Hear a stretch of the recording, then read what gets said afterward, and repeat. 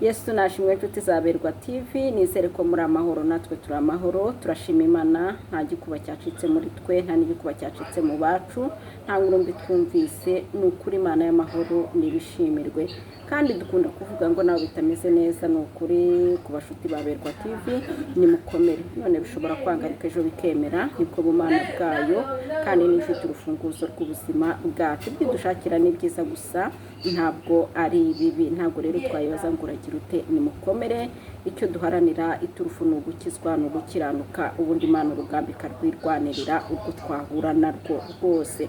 Ntibisanzwe rero, reka dusuze inshuti zacu zose aho muherereye mu mpande enye z'isi, numve ko Berwa TV bashuhuje hamwe na mama Berwa. Tuje mu ijambo ry'Imana rero tudatinze nk'uko bisanzwe. Reka tubanze twiragize Imana y'amahoro. Mana, mu izina rya Yesu Kristo, nyakubahwa Imana y'amahoro n'urukundo, Imana y'ubuntu bwinshi, Imana y'imbaraga n'imbabazi, Imana data wa twese, urera kandi urakiranuka, wambaye icyubahiro no gukomera, ntawe uhwanye nawe, nta n'uzahwana nawe, uri uw'ibihe byose.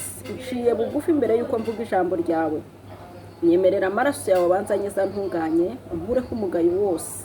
Njyewe utari ukwiriye kwicara hahera, njyewe utabona icyo mbwira ubwoko bwawe, ariko nyemerera wururuke wivugire muri njye, ndetse n'abagiye kumvira ijambo. Reka amaraso yawe abanza beza batunganye, abakureho umugayo, kugira ngo iri jambo rigire aho ridukura n'aho ridushyitsa. Kandi icyo duharanira ni ukuzabana nawe kuri ya ngoma y'abera, aho tutazongera kubabara no gushavura. Nyemerere rero byiringiro bizima, iri jambo rikwire ku isi hose, kandi rigira abo rihindura, rigira abo rikiza, rigira abo rirengera nyaguhora ku ngoma. Kuko ni ijambo ryawe, ijambo ryawe ni iryo kubahwa, ijambo ryawe ni ryo ryaremye isi, ijambo ryawe ni ryo ryatumye tubaho. Ngaho gira icyo ukora hagati muri twe, ndakwinginze byiringiro bizima, buri muntu wese ubasha kuryumva aryumve kandi aryumvire. Mbyambaje nizeye izina ryawe ryera, amina.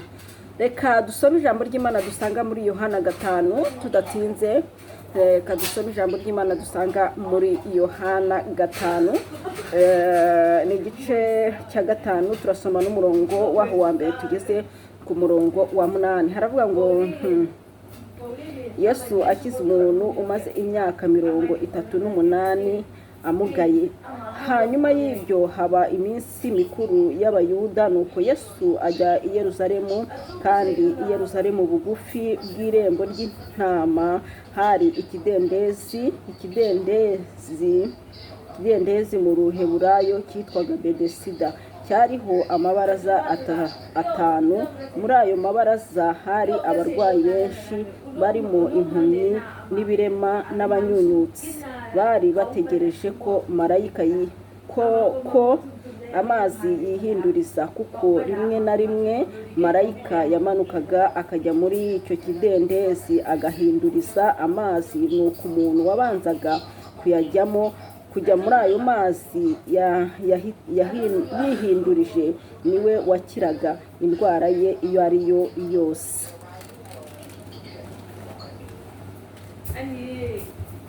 Hariho umuntu wari ufite indwara ayimaranye imyaka 38. Yesu amubonye aryamye, amenya yuko amaze igihe kirekire arwaye, aramubaza ati, mbese urashaka gukira? Umurwayi aramusubiza ati, databuza, simfite umuntu unjugunya mu kidendezi iyo amazi yihindurije nkiza undi antanga kumanukamo. Yesu aramubwira ati, byuka wikorere uburiri bwawe ugende. Nakire neza ijambo ry'Imana. Muri ako kanya uwo muntu arakira, yikorera uburiri bwe aragenda. Nakire neza ijambo ry'Imana. Iyo ngiye kuvuga uyu mugabo ukuntu mukunda, ngiye kuvuga uyu mubyeyi wacu, ngiye kuvuga Yesu, numva ibye bindenze kandi bindushije imbaraga. Nkunda kuvuga ngo uyu muntu yari amaranye uburwayi imyaka 38, yarabuze uwamunaga mu kidendezi. Ikigaragara uyu muntu nta shinge nta rugero namba yari afite, nta shinge nta rugero namba yari afite, nta wonkere, nta tantine, nta mama, nta papa. Kuko iyo aza kugira aba bantu bari kumuzana nawe bakamunaga mu kidendezi nk'abandi. Umwe ashobora kuba yari abafite ariko baramutaye nk'uko watawe. Haleluya, haleluya. Hari igihe tuba dufite abantu ku buzima bwacu ariko turi imfubyi. Mu yandi magambo, turi imfubyi. Hari igihe uba ufite abantu ku buzima bwawe, ufite abawonkere, ufite abatante, ufite abantu ku buzima bwawe, ariko aba bantu nta kintu na kimwe bakumariye, baragutaye kubw'impamvu runaka. Wisanze nta babyeyi, bajya bavuga ngo kwa nyokora mujyanwayo na nyoko, barakureka. Wisanze hari n'abafite ababyeyi batawe n'ababyeyi. Uyu muntu rero ari kuri iki kidendezi nawe yari afite wo kumunaga mu mazi. Oya, ntawe. Ariko nga amazi imyaka 38 aryamye kuri icyo kidendezi, haza Kristo. Haleluya, haleluya. Ngo Kristo arahaza yigiriye mu birori, ngakimubona abona amenya igihe amaze amaranye uburwayi. Aramubaza ngo mbese urashaka gukira? Undi aramusubiza, atangira kwirondora, atangira gusobanura, atangira nk'uko nawe hari imyaka umaze mu kibazo runaka, ukavuga ngo ngewe iki naracyakiriye, kuba habi narabyakiriye, ubu burwayi narabwakiriye, hari ikibazo umaranye, kuba nanjye ntabona umugabo nk'abandi narabyakiriye, dore imyaka ishyitse 40, kuba nanjye ntatera imbere nkora bikanga narabyakiriye. Hari ibintu wumva wakiriye yuko wowe bitahinduka mu buzima, hari ibyo wakiriye, ariko nkuzaniye inkuru nziza. Yesu Kristo niwe uhindura byose. Birashoboka yuko wahamagaye marayika. Reka mvuga kuri uyu mumarayika. Marayika, Imana Data yafashe ubushobozi bwayo bwose, imbaraga zayo zose izishyira mu mwana wayo ari we Yesu Kristo. Marayika mu buzima bw'abantu ni intumwa. Marayika yaje ntabwo ashobora kongera cyangwa ngo agabanye, atumika ibyo bamutumye. Ariko Kristo iyo ageze mu buzima bwawe, areba igikwiriye akagikora, atagishije inama, atabajije Imana, kuko Imana yamushyize mu bushobozi bwo gukora byose. Imana nishimwe. Ngo marayika iyo yazaga, uwatangaga undi muri iki kidendezi niwe wakiraga, kuko marayika niryo tegeko yari afite, nibwo butumwa yabaga yahawe. Ariko Yesu ahageze areba uyu muntu umaze imyaka 38 ku irembo, arangije arabimenya. Aramubaza ngo bite, urashaka gukira? Nkuko nawe umuntu akubajije, mbese kuraha, watangira ukamurondorera. Kumaze imyaka mu bitaro, watangira ukamurondorera.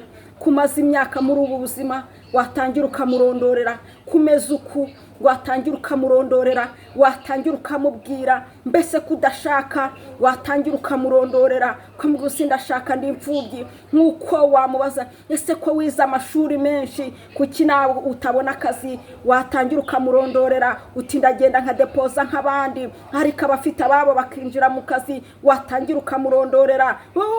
Ufite byinshi umuntu akubajije bitewe n'ikibazo uriho, ufite byinshi wamusobanurira cyatumye utinda muri icyo kibazo. Uyu nawe aratangira arondorera Kristo, ariko Kristo aramubwira ngo ikorere uburiri bwawe ugende. Haleluya. Fata Kristo, hamagara. Hari igihe cyo gutabarwa na marayika, hari n'igihe cyo gutabarwa na Kristo, hari n'igihe cyo gutabarwa n'Imana Data. Hari ibyo tugomba gutabarwa na marayika, ariko hari n'ibyo tugomba gutabarwa n'Imana. Ukavuga ngo Mana, birashoboka yuko batumye marayika araza akora kimwe ariko ntiyakora ikindi. Mwibuka ko Yesu nta hantu namwe yakoraga igitangaza kimwe. Yababariraga umuntu ibyaha bye, ayakizaga umuntu uburwayi, yarangiza akamubwira ngo n'ibyaha byawe urabibabariwe. Rero birashoboka yuko marayika yaje agakora kimwe ikindi kigasigara. Birashoboka yuko marayika yaje akaguha akazi ariko ntubone urugo. Birashoboka yuko marayika yaje akagukiza uburwayi ariko ntaguhe ubushobozi. Birashoboka yuko marayika yakoze kimwe. Muri uyu mwanya tugiye guhamagara Imana. Yesu yaje abikora byose. Mwemerera umubwire ngo Kristo, amaboko ndayamanitse, narirwaniriye mu buryo bwose bushoboka, ariko mbabarira ungirire neza. Ngageze kuri iki kidendezi aramubwira ngo ikorere uburiri bwawe ugende. Uyu nawe yikorera uburiri bwaragenda. Mwakwifurizaga ko Kristo yahagera, warangiza akakubwira ngo ikorere uburiri bwawe ugende. Ngarangije n'ukuri yikorera uburiri bwaragenda. Yesu aramubwira ati byuka wikorere uburiri bwawe ugende. Nawe byuka mu kibazo ufite cyamira ijoro, bwire Yesu ngo n'ukuri njyewe ndananiwe, mbabarira uzundengere. Hari ibihe byo gutabaza Imana, hari ibihe byo gutaka, hari igihe byo kuboroga. Umugore wari umaze imyaka imugongo arataka aravuga ati ndagukeneye Yesu.